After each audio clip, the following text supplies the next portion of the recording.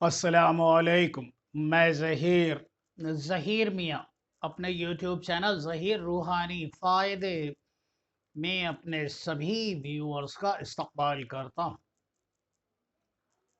لاکھوں کروڑوں درود و سلام نبی کریم رؤوف الرحیم صلی اللہ تعالی علیہ وآلہ وسلم اور ان کی اہل بیت پر۔ تمام عاشقان رسول صلی اللہ علیہ وآلہ وسلم کو ماہ ربیع الاول کے چاند کی مبارکباد پیش کرتا ہوں۔ یہ وہ ماہ مبارک ہے جس میں ہمارے اور آپ کے آقا دو جہاں سرور کونین ختم الانبیاء المرسلین شافع روز محشر ہم غریبوں کے غم گسار مدنی تاجدار شافع روز شمار جناب محمد الرسول اللہ صلی اللہ تعالی علیہ وآلہ وسلم کی آمد ہوئی۔ آپ کی پیدائش بھی اپنے آپ میں ایک ایسا منظر پیش کر گئی کہ آج گزشتہ 1400 برس سے اس منظر پر لکھنے والے اپنی قلم چلا رہے ہیں اور خطیب بیان کر رہے ہیں، الحمدللہ، اور اس کی جلوہ گری نے اللہ تبارک و تعالی روز بروز اضافہ فرما رہا ہے کہ جب نبی کریم رؤوف الرحیم کی بعثت ہوئی، آپ دنیا میں آپ کی تشریف آوری ہوئی، پورے مکہ نے دیکھا، حتیٰ کہ قیصر و کسریٰ تک اس بات کی خبر تھی اور ہوئی، کیونکہ آپ کے آمد کا وقت فجر سے کچھ وقت پہلے کا ہے۔ لوگوں نے اپنی آنکھوں سے دیکھا کہ آسمان کے ستارے زمین کے نزدیک آ گئے، حتیٰ کہ زمین کو اللہ سبحانہ وتعالی نے اتنا روشن فرما دیا کہ لوگوں نے قیصر و کسریٰ کے محلات کو اس روشنی میں دیکھ لیا۔ اب آپ خود سمجھ سکتے ہیں کہ اللہ سبحانہ وتعالی نے اپنی کبریائی، اپنی ربوبیت کا ایک ایسا منظر پیش کیا کہ میں اپنے حبیب ہم غریبوں کے طبیب کو جب دنیا میں بھیجوں گا تو اس کی نشانیاں بھی نمایاں کروں گا۔ لوگوں نے جب اس واقعے کو دیکھا کہ چاند ستارے نزدیک آ گئے اور اتنی زیادہ روشنی پھیل گئی کہ قیصر و کسریٰ کے محلات صاف نظر آنے لگے، یہ کسی ایسی چیز کا، ایک ایسی علامت کا اشارہ تھا کہ اس دنیا میں غریبوں کا، بے سہاروں کا، بے دینوں کا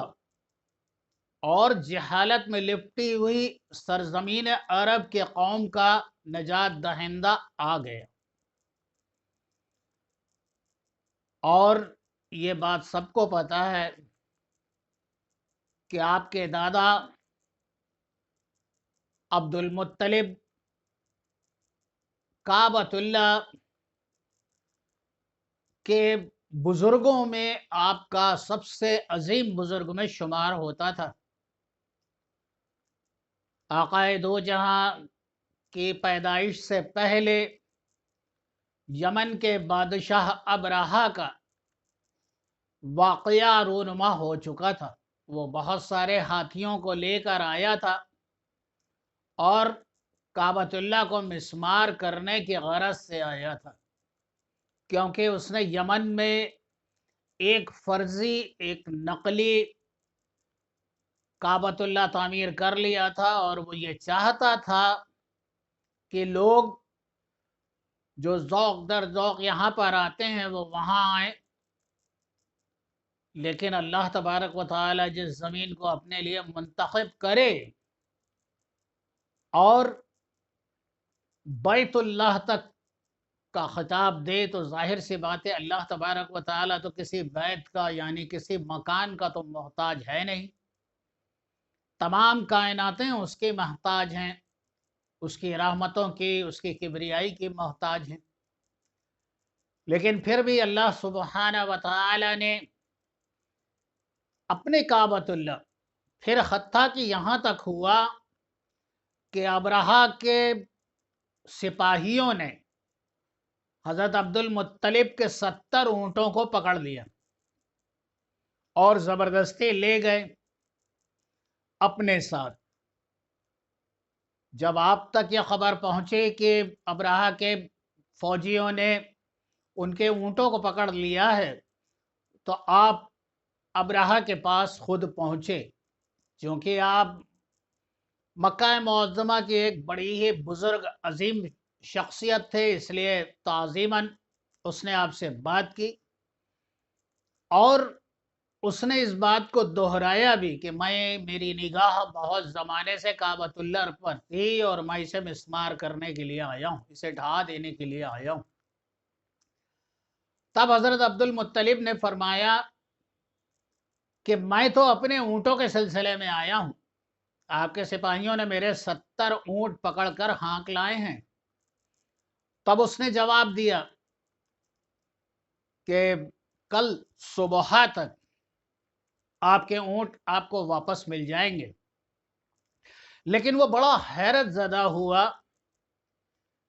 کہ مکے کا ایک بزرگ میرے پاس اپنے اونٹوں کے لیے آیا اور اس نے کعبۃ اللہ کا کوئی ذکر نہ کیا جسے کہ میں ڈھانے کے لیے آیا ہوں معاذ اللہ۔ پھر اس نے آپ سے کہا، حضرت مطلب سے کہا کہ میں تو یہاں اس لیے آیا ہوں کہ میں کعبۃ اللہ کو ڈھا دوں۔ آپ نے کعبے کی حفاظت کے سلسلے میں کوئی بات نہ کی۔ تب حضرت مطلب نے جواب دیا کہ یہ اللہ کا گھر ہے، اللہ کی اپنی پسندیدہ زمین ہے اور وہ خود اس کی حفاظت فرمائے گا۔ اور پھر اس کے آگے کا واقعہ کہ دوسرے دن وہ باقاعدگی سے اپنی فوج لے کر کعبۃ اللہ کی طرف بڑھتا ہے اور تب اللہ تبارک و تعالی نے ہوا سے ایک پرندے کو پیدا کیا، ابابیل، اور انہوں نے کنکریاں برسائیں اور وہ جو بے شمار ہاتھی اور گھوڑے اور شتر سوار اور فوج لے کر آیا تھا، ان کنکریوں کی مار سے ان سب کا خاتمہ ہو گیا۔ اور آپ اس کے دلیل اگر چاہتے ہیں تو قرآن مجید میں سورہ الفیل، سورہ فیل میں آپ اس واقعے کو دیکھ سکتے ہیں۔ حضرت عبد المطلب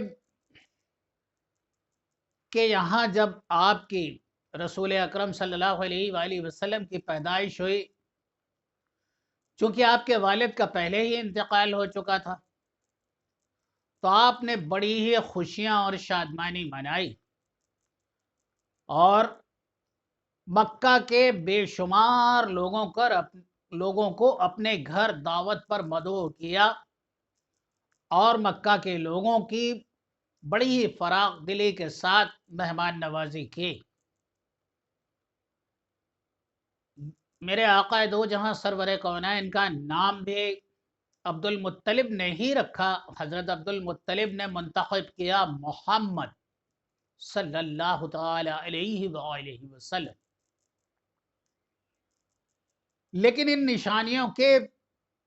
ظہور میں آنے کے بعد، ان نشانیوں کے دنیا میں آنے کے بعد، یہودیوں کے پاس جو اپنی ان کی کتاب تھی توراہ اور زبور، اس کے اندر ان کی نشانیاں تھیں، حتیٰ کہ انجیل میں بھی اس بات کی نشانی تھی کہ ایک سب سے آخر میں ایک نبی ضرور آئیں گے اور دنیا کو ظلمت کے اندھیروں سے نکالیں گے، اور ویسا ہی ہوا۔ آقا دو جہاں اس دنیا میں آئے، جب آپ کی پیدائش ہوئی تو اگر کسی کو سب سے زیادہ تکلیف ہوئی، جو سب سے زیادہ پریشان ہوا، تو وہ یقیناً شیطان ابلیس ہی تھا، کیونکہ وہ جانتا تھا کہ یہ اس دین محمدی کو لے کر آنے والے نبی ہیں جن کے بعد اللہ کے بے شمار